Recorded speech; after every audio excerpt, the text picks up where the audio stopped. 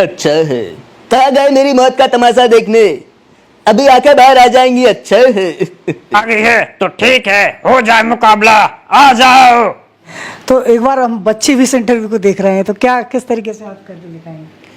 तो मैं जैसे कार्टून्स की, अब सारे कार्टून्स की देखा जाए तो जैसे पहले सिंचैन की देखा जाए तो सिंचैन। मेरा नाम है सिंचन नोहरा और पता है मैं 5 साल का हूँ।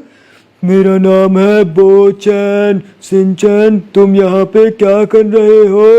अरे संचन, ये तुम कैसी हरकत कर रहे हो? तुम्हें ऐसा बिल्कुल नहीं करना चाहिए बेटा। ऑडिशन देना चाहता हूँ सबसे पहले तो, उसके बाद अपनी आवाज़ को एक कार्टून के किरदार को देना चाहता हूँ जिसमें जान डालना चाहता हूँ, जिससे कि मेरी आवाज़ हर जगह हर देश के कोने में जाए और लोग मुझे जाने। नीच पर आज हमारे साथ अनुराग जी जुड़ेंगे, जो कि मिमिक्री करते हैं और कई अभिनेताओं की एक्टिंग भी कर लेते हैं, और ये उनका बॉलीवुड की तरफ कैरियर बढ़ रहा है धीरे धीरे। बहुत बहुत स्वागत है हमारे शो पर आपका। जी, सबसे पहले तो मैं आपका धन्यवाद करना चाहूँगा जो आपने मुझे ऐसा मौका दिया। मैं एक छोटा सा मिमिक्री आर्टिस्ट हूँ, यहीं आपके अपने शहर ग्वालियर से हूँ। मेरी उम्र महज 17 साल है अभी, और मैं स्कूलिंग मैंने रिसेंटली ख़त्म की है और मैं ग्रेजुएशन कर रहा हूँ BBA, और साथ ही में उसके साथ डिप्लोमा कर रहा हूँ थिएटर एक्टिंग। मैं ज़्यादातर कार्टून्स की मिमिक्री करता हूँ और साइड बाय साइड अपने बॉलीवुड जो अभिनेता हैं उनकी भी कर लेता हूँ। जी, तो आगे क्या करने का जो आपका जुनून है, क्या कुछ करना चाहते हैं? मेरा आगे करने का सिर्फ एक ही मकसद है कि मैं अपनी आवाज़ को ज़्यादा से ज़्यादा लोगों तक पहुंचा सकूं, जिससे पता चले कि हाँ, छोटी जगह से भी कोई उठ सकता है। मेरी आवाज़ जो है, मैं एक डबिंग आर्टिस्ट बनना चाहता हूं, जैसे कार्टूनों में जो आवाज़ जाती है उनके लिए मैं काम करना चाहता हूं। क्या इसमें भी कैरियर है? जी हाँ, बिल्कुल है। इसमें तो बहुत पैसा है और सेकंडों के और मिनटों के आवाज़ के इसमें रुपए मिलते हैं। जैसे कि आपने पुष्पा मूवी देखी होगी, तो उसमें जो हिंदी डबिंग के हैं वो भारी से भारी रकम जो है वो चार्ज करते हैं लोगों से। बिल्कुल। तो हमारी ऑडियंस जानना चाहती है और देखना भी चाहती है कि किस तरीके से कार्टून देखा होगा ऑगी एंड द कॉकरोच, तो उसके सारे कैरेक्टर्स की आवाज़ करते हैं। सबसे पहले आते हैं नाना पाटेकर। अच्छा है। आज बिल्ला चला है सुबह सुबह स्विमिंग करने। अच्छा है। ए भैया, सुबह सुबह स्विमिंग करने का मजा ही कुछ और है। ये मेरी पूंछ किसने पकड़ ली?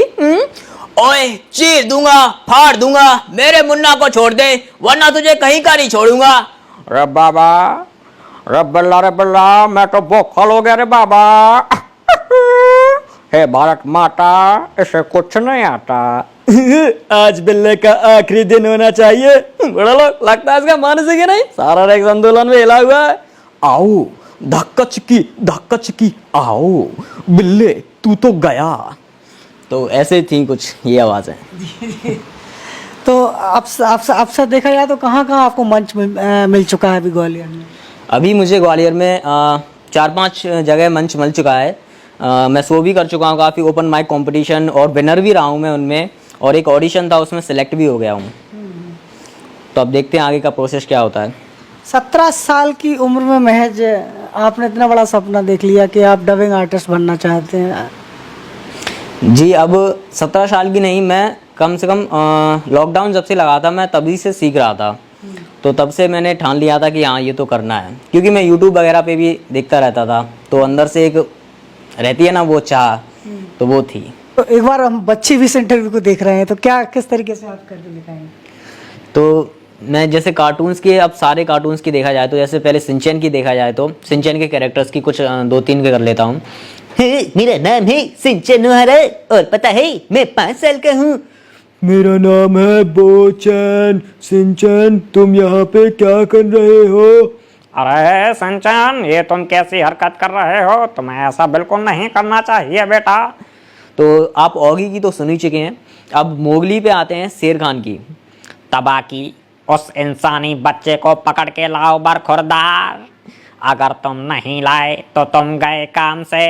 शेर खान, मुझे छोड़ दो गुरु, मुझे छोड़ दो। तो और मोगली, शेर खान, ऐसे सब कर लेता हूँ। और भी हैं, जैसे एक फेमस कार्टून है निंजा हथौड़ी, उसका जो एक कैरेक्टर है सिसी मानू डॉग। कबड्डी कबड्डी कबड्डी कबड्डी, हथौड़ी गुरु मुझे बचाओ। जी बिल्कुल। और ऐसा नहीं है कि मैं मिमिक्री भी करता हूँ, मतलब कॉपी ही करता हूँ। मेरी 2 खुद की वॉइस भी है। जैसे अगर मैं कहीं इंटरव्यू देने जाऊँ मुंबई वगैरह या फिर किसी दूसरे शहर में, तो मैं कुछ ऐसे कहूँगा।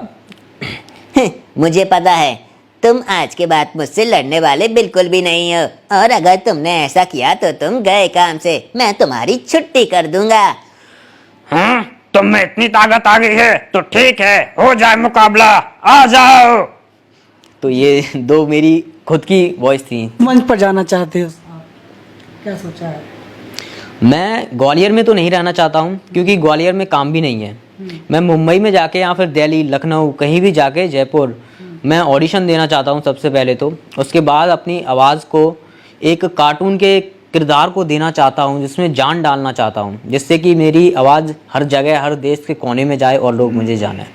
तो आप मानते हैं कि हर बच्चे में या हर उस व्यक्ति के अंदर वो प्रतिभा छुपी हुई है कि वो उस प्रतिभा को जान ले तो वो एक मुकाम हासिल कर सकता है और इस देश में एक बड़ा नाम रोशन अपना कर सकता है? आप मानते हैं इस बात को? देखिए, ऐसा है, ऐसा कहते हैं, every child is a special child. कोई भी चाइल्ड छोटा नहीं होता है, उसके अंदर कोई ना कोई काबिलियत होती है, बस उसे पहचानने की देरी होती है। अब जैसे मेरा टैलेंट है तो वो हर किसी के पास तो नहीं होता है। टैलेंट नाम का इसी चीज़ का टैलेंट होता है, अगर सबके पास हुआ तो वो टैलेंट किस बात का होगा? हर व्यक्ति के अंदर टैलेंट, हर व्यक्ति के अंदर टैलेंट है, लेकिन जानने की जरूरत हाँ, बस जानने की ज़रूरत है उसे।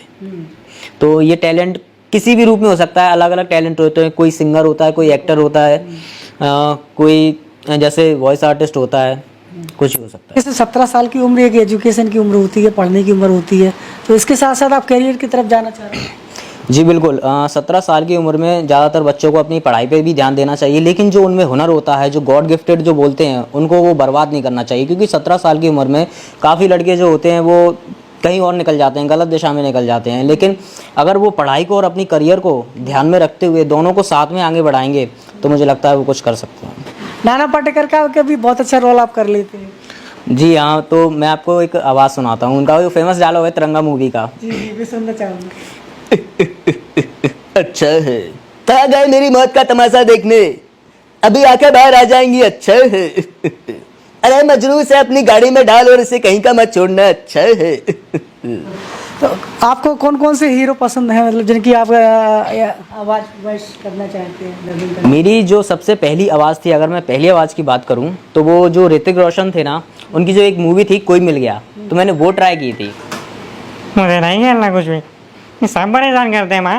मुझे नहीं आना कुछ, फेंक दो ये किताबें, बहुत मीठा वाला दूध पीऊँगा जादू और मुझे में शक्ति आ जाएगी, है ना। और दूसरी आवाज़ जैसे बात करें तो टाइगर श्रॉफ की जो पहली मूवी थी हीरोपंती, तो मैंने वो देखी थी, तो मुझे काफ़ी थोड़ा ऐसा लगा कि हाँ यार, ये तो मैं कर सकता हूँ। तो मैंने उनकी आवाज़ सीखी थी। अरे क्या करूं यार, सबकी आती नहीं और मेरी जाती नहीं। अरे छोटी बच्ची हो क्या, समझ नहीं आता क्या? और हमारे फिल्म इंडस्ट्री के छोटे नवाब सैफ अली खान, उनकी आवाज़ भी जो ओल्ड वाली थी, यंग वाली, वो सीखी थी मैंने। वेल यार, दिस इज सैफ अली खान। यार करीना, मेरे साथ चलोगी मरीना? यार तुम्हें क्या बताऊं, यार तुम्हें भिंडी की सब्जी पसंद है क्या? मुझे नहीं है। तो उसकी सिंचैन की काफ़ी फेमस आवाज़ है जो बच्चों को काफ़ी पसंद होता है, तो उसकी मैं कर लेता हूँ। कुछ ऐसे है। मेरा नाम है सिंचन है और मुझे शिमला मिर्च बिल्कुल भी पसंद नहीं मॉम। ये सब क्या है? Action beam baby baby baby baby. तो आपका आइडल कौन है, किसे अपना आइडल मानते हैं? मेरा आइडल वैसे तो बहुत हैं, जैसे कि, लेकिन सबसे बड़े आइडल तो मेरे पापा हैं, क्योंकि उन्होंने भी सबसे छोटे से शुरुआत की थी। महज ना कुछ महीने की तनख्वाह से शुरुआत की थी, 10-15 हज़ार की, लेकिन आज वो काफ़ी अच्छे मुकाम पर हैं। मैं बहुत खुश हूँ। हीरो मानते हैं? मेरे हीरो मेरे पापा ही हैं। बाकी और भी मैंने, जैसे वॉइस आर्टिस्ट, जैसे मैं मेरी फील्ड की बात करूं, वॉइस आर्टिस्ट फील्ड की, तो मैंने काफ़ी लोगों को देखा है, संकेत म्हात्रे और सुमेध सिंधे, तो इनसे भी मैं काफ़ी इंस्पायर हुआ हूँ। हाँ, बाकी हार्ड वर्किंग और जो मेहनत है वो तो मेरे पापा से ही मैं पूरा इंस्पायर हूँ।